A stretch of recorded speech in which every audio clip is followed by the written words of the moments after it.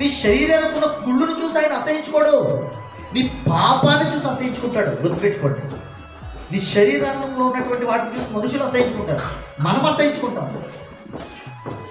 మనిషిలో ఉన్న పాపాన్ని చూసి ఎవరు అసహించుకోరు, దేవుడు అసహించుకుంటాడు. రెండింటికి డిఫరెంట్ కదా. ఒక శరీరం చెయ్యి ఏలు ఇక్కడ దాకా కుళ్ళిపోయి ఉందనుకో, వాసన వచ్చేస్తుందనుకో, అసహించుకుంటారు, దూరంగా ఉంటారు.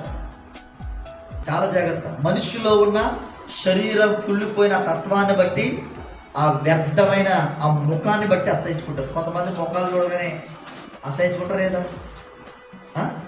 అసహించుకుంటారు. హోటల్ పెట్టినప్పుడు కూడా ఆ హోటల్లో కొనాలన్నా ఆ హోటల్ యజమానుడు ముఖం అందంగా ఉండాలి. లేకపోతే ఆ ఇడ్లీలు కూడా ఎలా ఉంటాయి చెప్పండి, ఎలా ఉంటాయి? ఇడ్లీ బాగున్నా చట్నీ బాగున్నా ముఖాన్ని బట్టి చిచ్చి ఇక్కడ ఇక్కడేదో బాగుంది. కొంతమంది ముఖాలు బాగున్నా టిఫిన్ బాగోదు, ముఖాలు బాగున్నా టిఫిన్ బాగోదు. ముఖాన్ని బట్టి అంచనా ఇక్కడ. దేవుని స్తోత్రం, హల్లెలూయా. మనుషుల ముఖాలను చూసి అసహించుకునేవాళ్ళు మనం. మనుషుల్లో ఉన్న వ్యసనాలను చూసి, పాపాన్ని చూసి అసహించుకునేవాడు దేవుడు. ఇప్పుడు ఎవరు గొప్పోడు అంటే దేవుడు గొప్పోడు. ఈ రోజున మనం ఏం చేయాలి? మనుషుల ముఖంలో ఉన్నటువంటి వాటిని చూసి అసహించుకోకూడదు, మనుషుల్లో ఉన్న పాపాన్ని బట్టి అసహించుకోవాలి.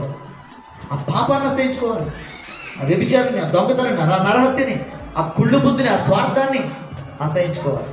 ఈ రోజు నుండి నాలో ఉన్న కోపాన్ని అసహించుకుంటున్నాను, నాలో ఉన్న స్వార్థాన్ని అసహించుకుంటున్నాను, నాలో ఉన్నటువంటి వాడవలైన తనాన్ని నేను అసహించుకుంటున్నాను అని అనుకున్నావు అనుకో, నువ్వు దీవించబడతావు.